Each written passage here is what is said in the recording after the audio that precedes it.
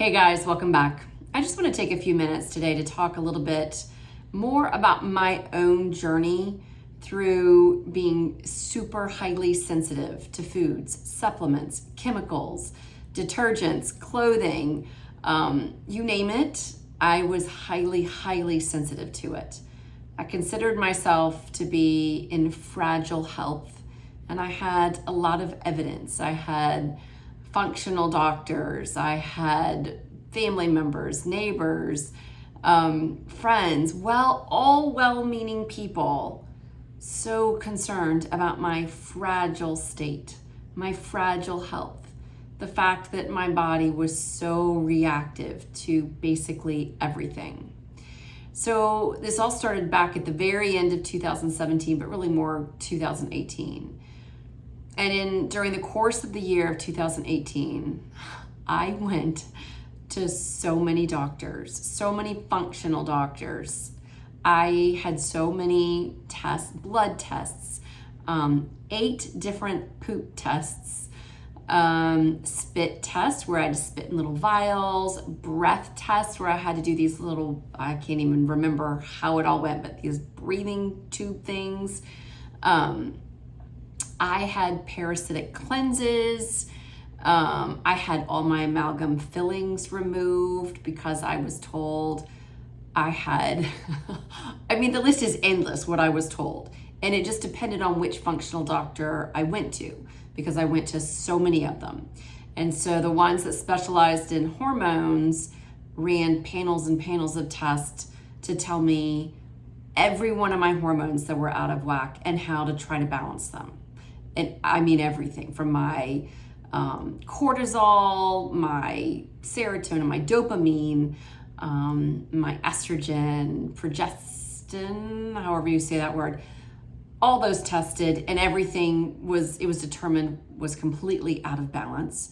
Then I went to a different functional doctor that tested all my metals. No, I can't remember what it was, but like everything. I had to do B12 shots. What is B12? A mineral. They did all the minerals and metals testing. So I was told I had copper toxicity. My B12 was like supposedly way out of alignment. I had to give myself B12 injections in my upper thigh. Honestly, the list of mineral being like wackadoo, out of whack, mineral deficiencies, mineral everything was pages long.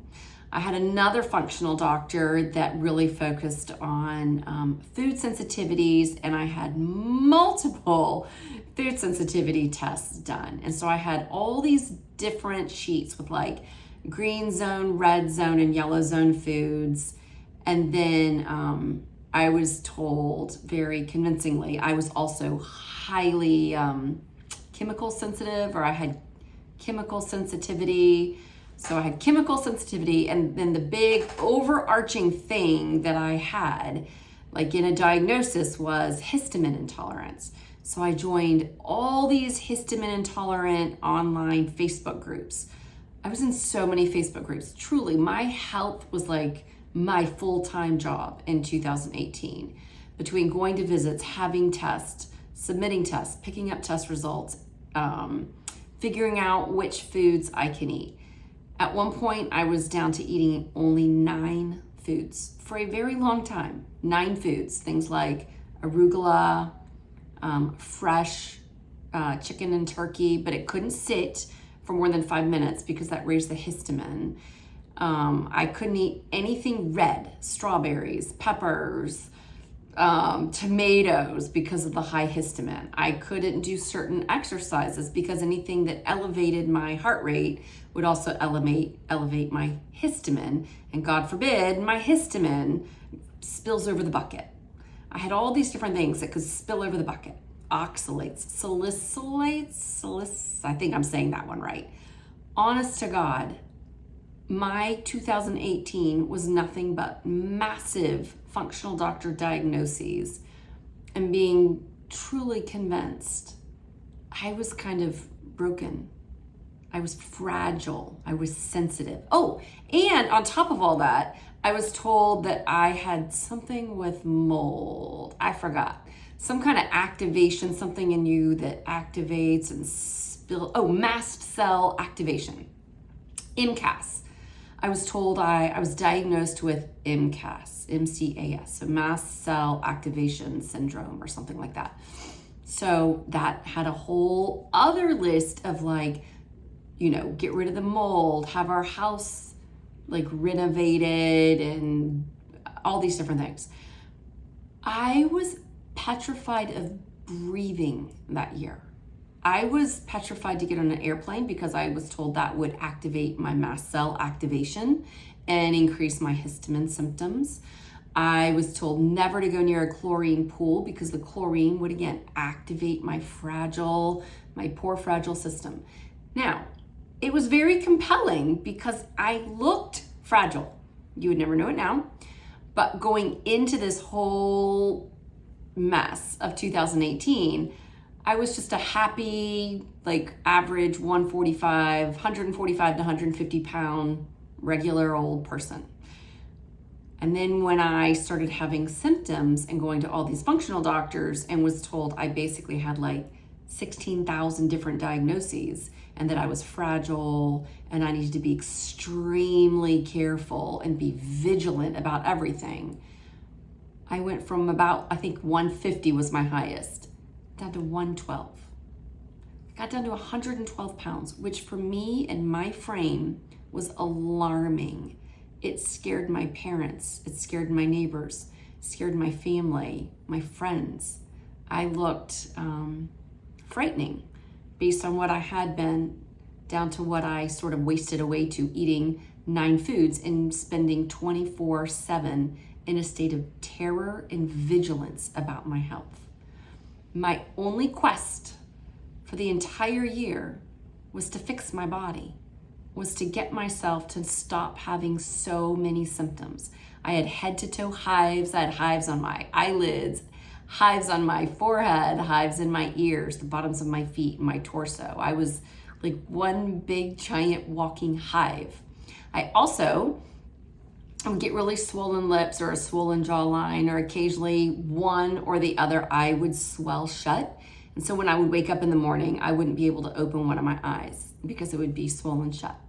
So all these things, it supported, what's the word I'm looking for?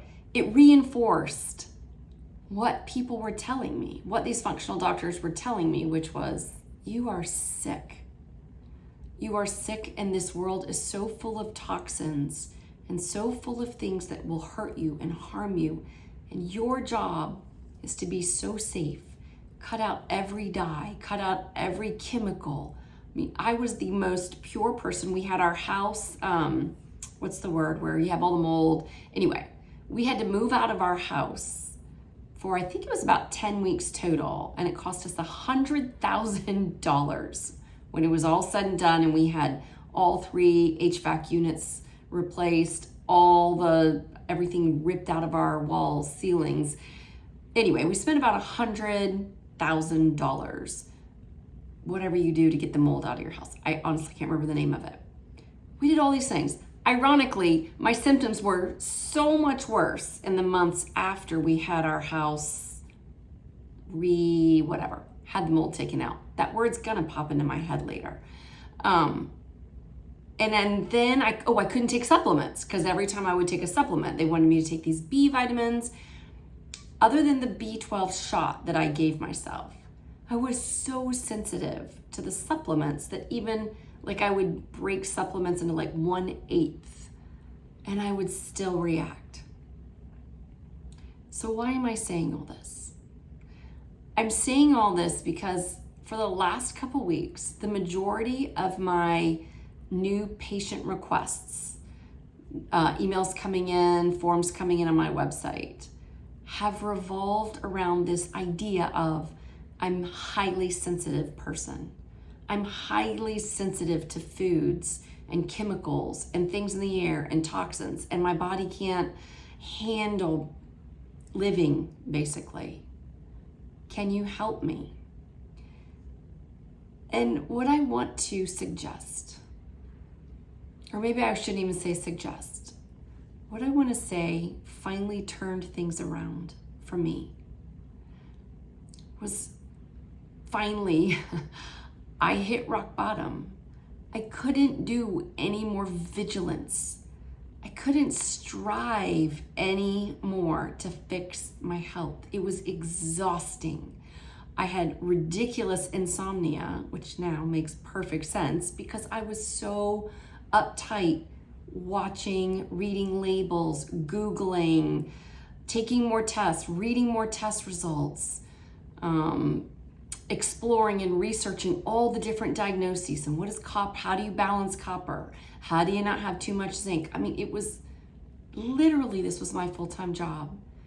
And it was so full of angst and anxiety and fear until I finally met someone, a coach, who suggested, what if, just for a little while, we look in a different direction? In my mind, of course, because I have a normal human little primitive survival-based mind, like we all do as humans, that screams and yells, watch out, this is urgent, this is terrible. And I had people telling me, you can't afford to look away from this. Like, you are dangerously thin. Your body is dangerously low on nutrients. Oh, and parasites. I did like 4 parasitic cleanses. The parasites are gonna have their way with you if you slow down on the parasitic cleanses. There was so much evidence to stay vigilant, to stay focused on fixing everything that was supposedly going wrong with my body, until I joined Amy Johnson's community. And for the first time, someone said, Amy and her amazing coaches said, what if, just for a little while, as an experiment, as a game, we just start looking in a different direction and we start trusting the body? And I did just that. I started looking not so much at how to fix me, but how to have a greater sense of who I am beyond this body. I learned to trust symptoms. I learned to see symptoms through a new lens, not a lens of fear, not a lens of conditioning, but a lens of trust, a lens of knowing that on some deep level, my body knows how to rebalance and recalibrate. It is designed to detoxify. It is designed to thrive and flourish when there's not so much pressure on it to get it right. I tell people sometimes in my office hours, we treat this body as if it's an only child. And historically, only children, parents put all the pressure on the only child to get it right, make the parents look good, succeed, do whatever you can, but get it right because you're the only child. And that's what we do to our bodies as soon as we have some symptoms. And I did have some pretty remarkable, significant symptoms. But I started to realize that I was putting so much pressure on my body to be fixed, not healed, fixed, because all I really wanted was all my symptoms to go away. It looked compelling to me that if my symptoms would go away, then I'd be happy. Then I'd feel safe and secure and peaceful. But the pressure you put on your body to want symptoms to go away, and the vigilance, the vigilance of tracking symptoms and tracking foods and tracking chemicals and cutting things out, the vigilance and the pressure. When I finally left my main functional doctor, the one I paid tons of money to, when I finally left, I remember saying, I have finally figured out the greatest toxin of all, because I had been told 5 billion toxins that were affecting my body. And he said, what's the greatest toxin of all? I said, vigilance. Vigilance is the greatest toxin of all. So when I was lucky enough to land in Dr. Amy Johnson's forum and her class and her school in 2019, things began to shift. Not overnight, but slowly. As I stopped the vigilance and the tracking symptoms and the believing that the symptoms were somehow signs of something going wrong, I started trusting life more. I stopped going to my functional doctors. I never took another poop test, breath test. I didn't take any injections. I stopped taking supplements. And I am not a doctor. And I am not suggesting that you stop taking anything or that you start eating anything. But I started noticing that as I began trusting life, as I stopped putting pressure on my body to be the source of my happiness and well-being, as I let my body off the hook, as I became more aligned with the space of noticing my body from a witnessing space, from a space of love, from a space of compassion, from a space of, body, you do whatever you need to do. I am unconditional love. I will hold you. I will honor you. I will support you.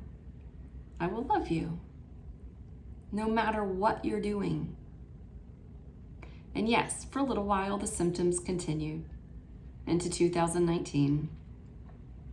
But I kept noticing little moments, like days at a time and then weeks at a time with no symptoms. And I noticed that happened when I was just more in life. Just not worried about what was going to happen. Not trying to keep symptoms at bay. Things started settling. My body started settling because I wasn't counting on my body to perform, to get it right.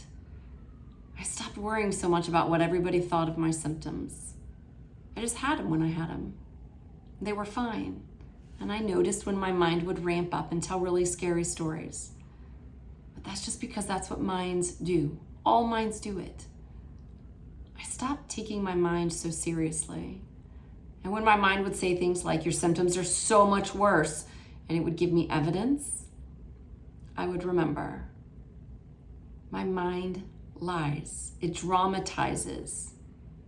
It only sees things through a lens of fear and insecurity. That's its design. It's fine. I just stopped listening to it so much. My body settled. And in the end, yes, all my symptoms went away. I ate whatever I wanted. I still eat whatever I want. I drink wine, I eat chocolate cake, whatever it is I want. I swim in chlorine pools. I fly on airplanes. I live a very full life. And here's the thing. Someone asked me once, are you worried that hives will ever come back? No, I'm not worried that hives will ever come back. And do I think maybe they will at some point? I don't know, maybe. But if they do, then that is what is perfect. I do know for a fact that if and when hives want to make a return at some point in my life to talk to me, to communicate, I will not fall back into that trap of attacking them and believing all the sensitivity, compelling diagnoses that are out there. It's quite a moneymaker when you step back and look at it, to be convinced that there's something to fix. So if you are one of the ones who's been told you're fragile, that you're wasting away, and there's so much evidence to the human eye, see if there's just any opening, even a 1% shift toward your well-being, toward what is whole and healed and complete in you right now. And see if you can begin operating from that space of curiosity, of lightheartedness, of trust in life,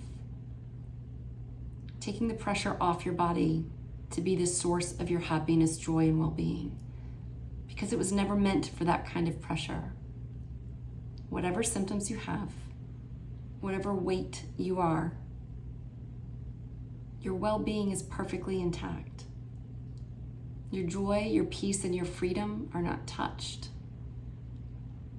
And when the body is not under pressure to serve as those things for you, it thrives, it flourishes. It's kind of amazing. I hope this helps. This is longer than my normal videos, but I really wanted to address this. And feel free to reach out if you have any questions. I'm always happy to talk about my journey. I feel like it was one of the greatest, most beneficial things I've ever gone through in my entire life.